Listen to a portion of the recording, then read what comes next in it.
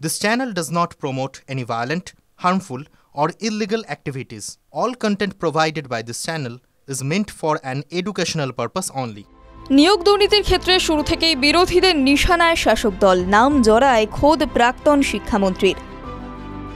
তৃণমূলের নেতা নেত্রীদের হাত ধরেই দুর্নীতি হয়েছে একথা বারবার বলেছেন শুভেন্দু অধিকারী, সুকান্ত মজুমদাররা। আর এবার অযোগ্য বা দাগী প্রার্থীদের তালিকা প্রকাশ হতেই সুর আরও চড়াচ্ছে গেরুয়া শিবির।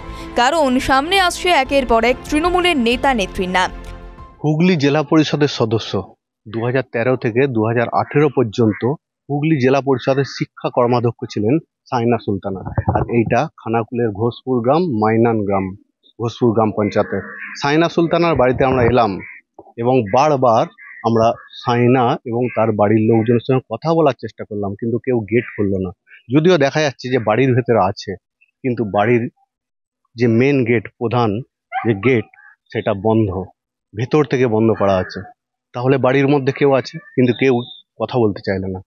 আর এলাকার মানুষজন বলছে যে গতকালও ছিল, তারপর থেকে কোথাও চলে গেছে, কেউই দেখতে পাচ্ছে না।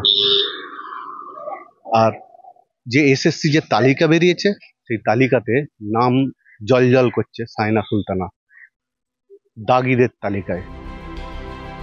শনিবার সন্ধ্যায় সুপ্রিম নির্দেশে দাগীদের তালিকা প্রকাশ হওয়ার পর দেখা গেল সেই তালিকায় রয়েছে হুগলির খানাকুলের তৃণমূল নেত্রী সাহিনা সুলতানার নাম। কোনো সাধারণ নেত্রী নন, তিনি বর্তমানে হুগলির জেলা পরিষদের সদস্যা। এই নিয়ে পরপর 3 বার জেলা পরিষদের সদস্যা হিসেবে দায়িত্বে রয়েছেন সাহিনা। শুধু তাই নয়, 2013 থেকে 2018 সাল পর্যন্ত জেলা পরিষদের শিক্ষা কর্মাধ্যক্ষ ছিলেন তিনি।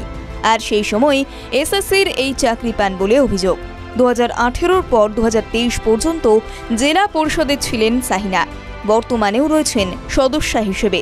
শিক্ষা কর্মাধ্যক্ষ থাকাকালীন সাহিনা তৎকালীন শিক্ষামন্ত্রী পার্থ চট্টোপাধ্যায়ের ঘনিষ্ঠ ছিলেন বলে শোনা যায়।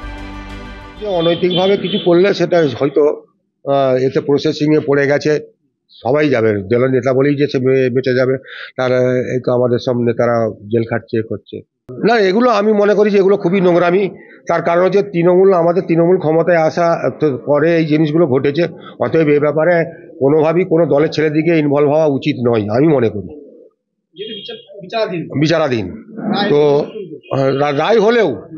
রায় হলেও এই ব্যাপারে মুখ খোলাটা কারোরই কিছু নয়। আর এই সমস্ত প্রচার যারা করছে তাদেরকে আমি মনে করব যে তারা দলের লোক হতে পারেনি।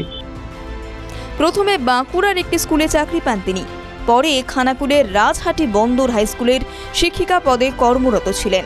তবে স্থানীয় বাসিন্দাদের অভিযোগ, জেলা পরিষদের কাজে ব্যস্ত থাকায় স্কুলেই যেতেন না সাহিনা।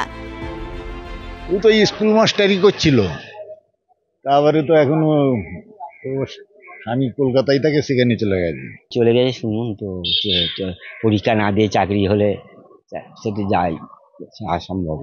আজ এলাকার দাপুটে তৃণমূল নেত্রী, খানাকুলের রাজহাটি বন্দর হাই স্কুলের শিক্ষিকা, তার নাম বেরিয়েছে দাগীদের তালিকায়।